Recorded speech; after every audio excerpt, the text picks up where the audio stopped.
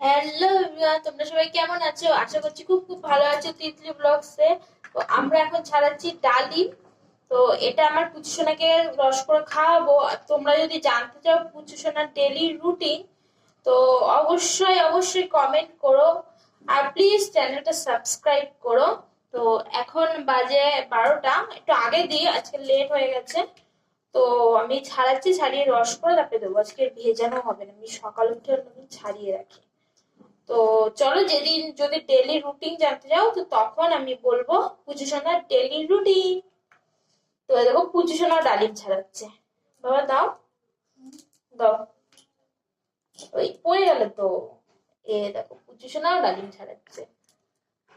তো এগুলো আমি আজকে ধুয়েই রস করে দিয়ে দেবো। আজকে আর ভেজানো হবে না, নাহলে আমি 1 ঘন্টা ভিজিয়ে রাখি।